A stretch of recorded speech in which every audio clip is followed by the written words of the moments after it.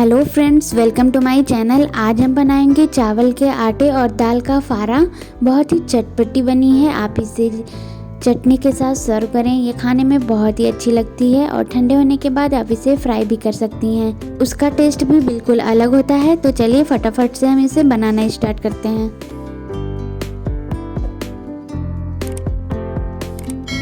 फारे को बनाने के लिए, इसकी स्टफिंग के लिए हम 1.5 कप चने दाल को ले लेंगे। यहाँ पे हम इसमें पानी डालकर इसे 1-2 पानी से धुलकर और 5-6 घंटे के लिए फूलने के लिए रख देंगे। यहाँ पे आप देख सकते हैं दाल को मैंने 2-3 पानी से धुल लिया है। अब हम इसमें दोबारा से पानी डालकर इसे ढककर रख देते हैं कम से कम 3 घंटे के लिए।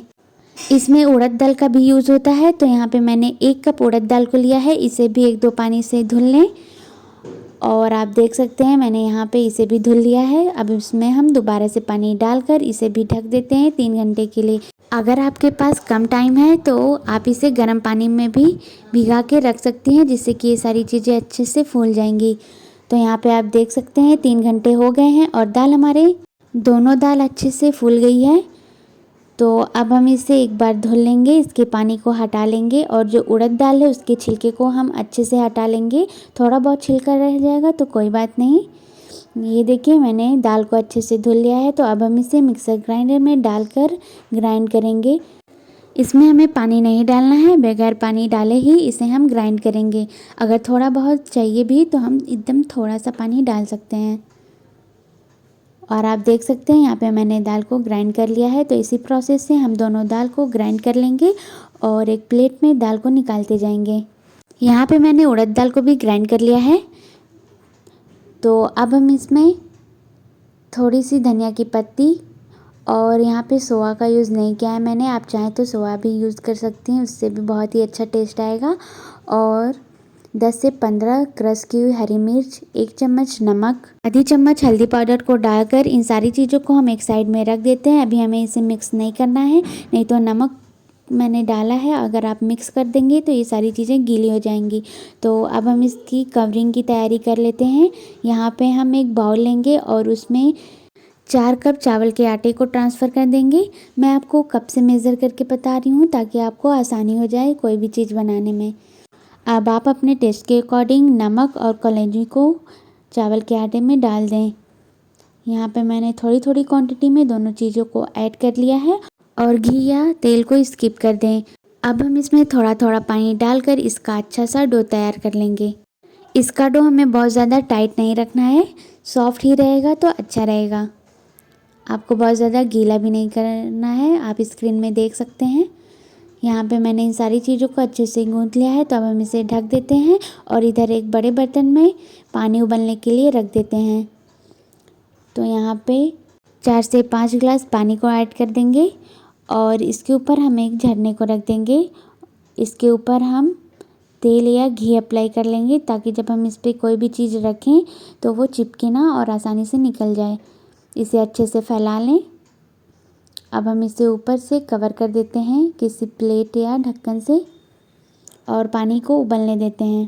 तब तक हम इधर चावल के आटे की लोइयाँ बना के रख लेते हैं ताकि जब हम इसकी स्टफिंग करें तो जल्दी जल्दी से हो जाए और ये जल्दी से पक भी जाए।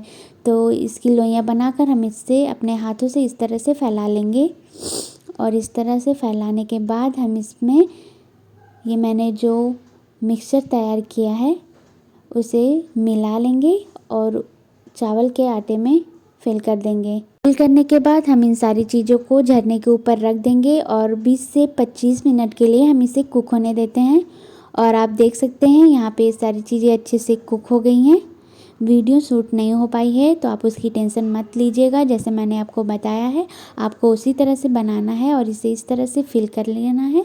फिल करने के बाद हमें झरने के ऊपर रख के लिड से कवर कर देना है और 20-25 मिनट बाद हम इसे चेक कर लेंगे कि ये पका है कि नहीं।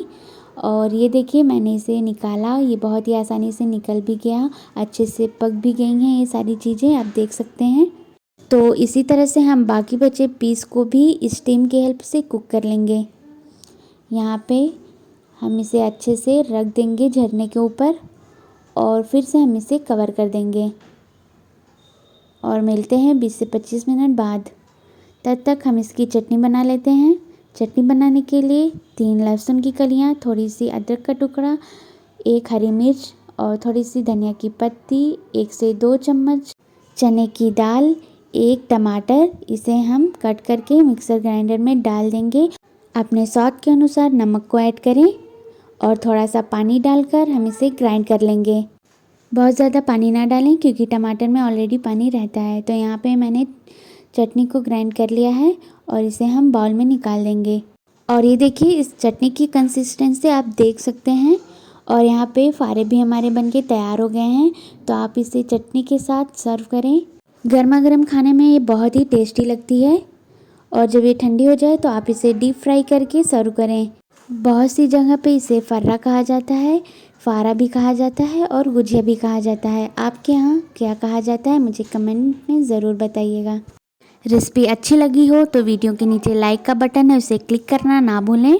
मिलते हैं नेक्स्ट वीडियो में एक नई रेसिपी के साथ। तब तक के लिए बाय बाय।